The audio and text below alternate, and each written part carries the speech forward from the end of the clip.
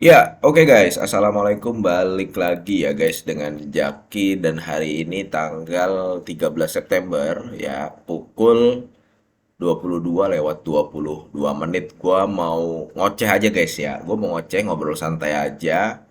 Kalau misalkan lu menganggap bahwa ini video nggak penting lah, lu boleh skip. Tapi kalau lu menganggap bahwa cobalah gue dengerin dulu ya, gue merasa sangat terhormat ya, dan gue berterima kasih kepada lu guys mau dengerin ocehan gua karena gini guys, memang ocehan gua ini akhirnya terlintas di pikiran dan gua mencoba untuk menumpahkan ke dalam video, dan tentunya ada keterkaitan dengan saham kayak begitu guys ya. Jadi per Juli 2024 ya, PHK sudah memakan 42.000 orang. Ini yang terdata guys ya. Di luar sana di lapangan banyak yang lebih besar atau datanya seharusnya lebih besar daripada ini. Ya mudah-mudahan sih enggak ya. Tapi gue yakin sepertinya di luar lebih besar daripada ini. Itu per Juli tahun 2024. Nah, siapa yang salah? Ini gue ketik di sini guys ya. Gue menggunakan caps lock bukan berarti gue nantangin, tapi memang biar kelihatan aja. Siapa yang salah? Pemerintah. Ya, kalau dikatakan pemerintah, iya juga. Karena kan pemerintah. Harusnya dia bisa cari solusi atau paling tidak bisa melakukan tindakan preventif. Ya kan? Nah, cuman gini guys, gua nggak terlalu mau menyalahkan pemerintah kalau gue pribadi guys ya. Kenapa? Karena dari dulu memang gue, jadi gini guys, di dulu sahabat Nabi itu ada yang pernah mengatakan jangan pernah berharap kepada manusia. Kekecewaan terbesar adalah berharap terhadap manusia, berharap kepada manusia. Pemerintah ini kan manusia juga, mereka yang memerintah dalam sebuah negara, ya mereka manusia, presiden manusia, wakil-wakilnya manusia, menterinya manusia. Jadi kalau misalkan kita cuman menyalahkan pemerintah, ya itu menurut gua pribadi ya ini agak egois, tapi menurut gua pribadi itu buang-buang waktu. Mendingan kita fokus apa yang bisa dilakukan. Nah, sekarang begini guys. Kita ini rusak. Ya, ini sedikit analogi aja. Kita ini rusak. Zaman itu adalah singa. Bagaimana seekor rusa bisa selamat dari singa? Bagaimana, guys? Rusa harus berlari lebih cepat daripada rusa lainnya. Kita ini semua rusa. Bagaimana supaya rusa bisa selamat dari terkaman singa? Rusa harus berlari lebih cepat daripada rusa lainnya. Yang tidak berlari lebih cepat, dia akan diterkam oleh singa. Ini kaitannya dengan persaingan, persaingan antar manusia di dalam dunia kerja, di dalam dunia bisnis, di dalam eh, bertahan di kehidupan dan sebagainya dan sebagainya. Rusa harus berlari lebih cepat daripada rusa lainnya. Sehingga ya karena kita nggak bisa ngalahin singa, rusa itu nggak bisa ngalahin singa, maka caranya adalah rusa harus berlari lebih cepat daripada rusa lainnya. Sementara nanti singa menerkam rusa lainnya, ya akan ada rusa-rusa lainnya yang survive, yang bisa hidup, yang bisa tetap bertahan hidup. Kayak gitu guys. Nah sekarang kita bahas guys keterkaitannya dengan saham. Jadi kita udah tahu bahwa tekstil, ya sektor sektor tekstil itu babak belur dong ya. Kita udah tahu semua. Sektor teknologi yang tadinya perusahaan-perusahaan teknologi bakar duit, ya sekarang udah nggak terlalu banyak nih perusahaan yang mau bakar duit. Ya investor nggak mau lah terus-terusan setor modal. Investor juga mau cuan, mau sampai kapan lu bakar duit? Kalau lu rugi-rugi, ya gue nggak mau lah. Nanti perusahaan rek isu nggak laku, misalkan. Perusahaan private placement nggak laku, mencoba cari pemodal baru nggak laku, dan sebagainya. Nah, kemudian ada sektor manufaktur. Ini juga udah terpukul nih. Ya, kayak kemarin terakhir regulator kompor kuantum ya tuh ya. Yang kompor kuantum itu juga termasuk tuh banyak PHK tuh. Sektor manufaktur juga kita juga lihat datanya ada penurunan penjualan mobil dan penjualan motor ya dari tahun 2024 dibanding tahun 2023. Jadi kemudian sektor-sektor yang menjual suku cadang ya, komponen-komponen kendaraan juga ada penurunan kinerja. Ada penurunan kinerja. Jadi sektor manufaktur juga. Nah, sekarang kalau misalkan memang banyak orang terkena PHK, ya, banyak orang terkena PHK, kemudian banyak orang tidak bisa mendapat kerja, maka nanti keterkaitannya dengan daya beli masyarakat. Apalagi nanti akan ada kenaikan pajak, kemudian mungkin akan ada cukai minuman manis, ya. Kemudian nanti ada bisa jadi akan dibahas juga cukai plastik, ya. Tentu itu akan berdampak pada daya beli masyarakat. Dan kalau berdampak pada daya beli masyarakat, ya, ini ada sektor nih. Ini kita perlu perhatikan nih sama hal-hal yang begini nih. Ya, satu sektor tekstil, teknologi, manufaktur.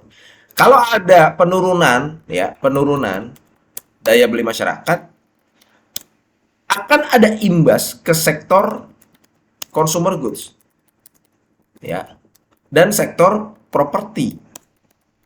Nah, jadi begini guys, kenapa sektor consumer goods kemarin di kuartal 1 tahun 2024 labanya tinggi-tinggi? Mayoritas kan tinggi ya. Yang tinggi ya tinggi gitu loh.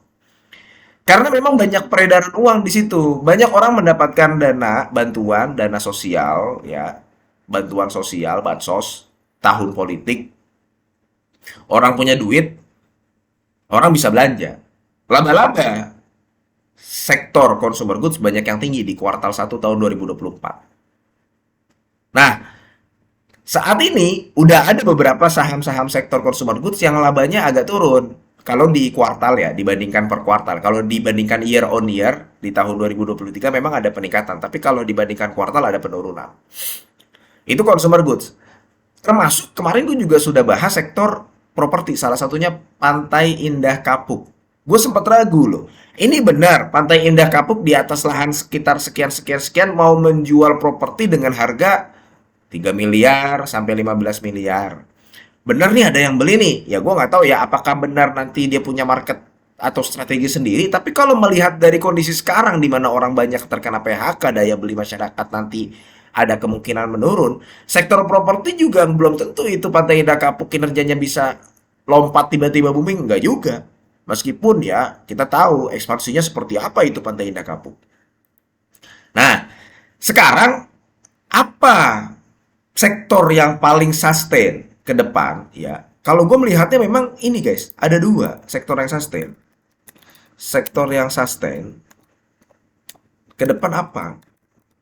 Satu, energi, ya. Dua, ya perbankan memang. Dua energi ini ada energi fosil dan terbarukan. Nah, ini kaitannya dengan Adaro kemarin.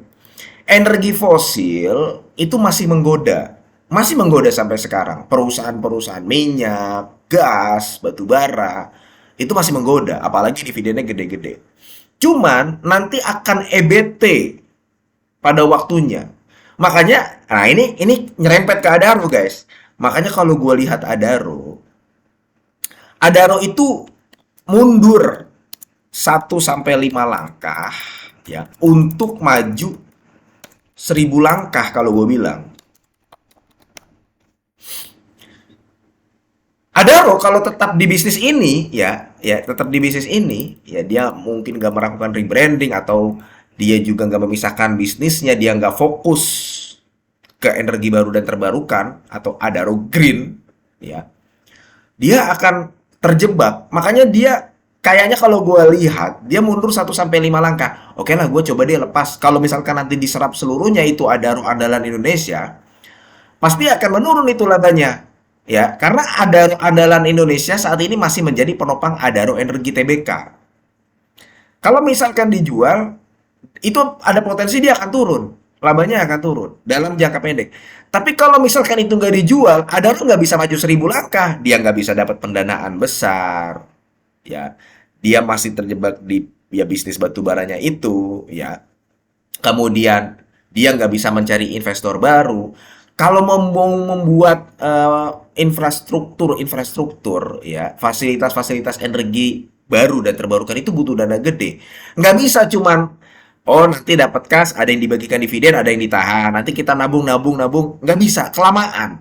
Sedangkan ada orang butuh investor baru, butuh dana baru, butuh pembiayaan mudah supaya dia bisa maju 1.000 langkah di energi baru dan terbarukan. Nah, itu salah satunya gue melihat ada orang kayak begitu. Maka itu yang gue mau sampaikan adalah sektor yang sustain ke depan adalah energi. Energi fosil, apalagi energi baru terbarukan. Sekarang ada banyak perusahaan energi baru terbarukan. Kita udah pernah bahas beberapa kali ya. Ada yang geothermal, memanfaatkan energi matahari, surya, air, angin mungkin nanti akan ada ke depannya ya. Tapi inilah sektor energi perbankan yang memang paling tidak di portofolio lu ada di portofolio lu.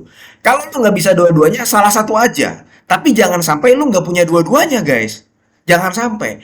Maka dari itu, inilah tindakan preventif yang gua maksud.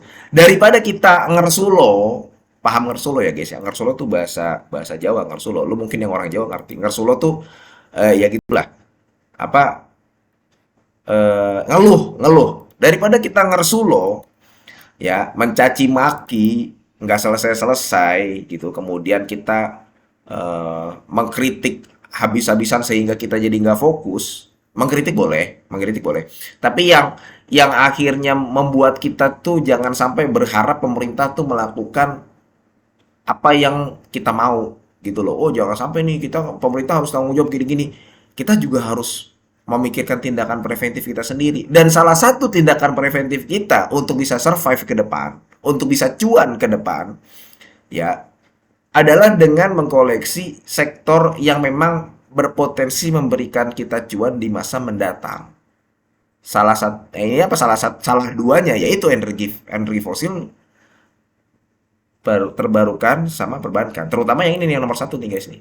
Ini sangat mandatory kalau gue bilang. Makanya ini harus ada di portofolio lu ya guys sebagai pelaku pasar modal. Oke guys.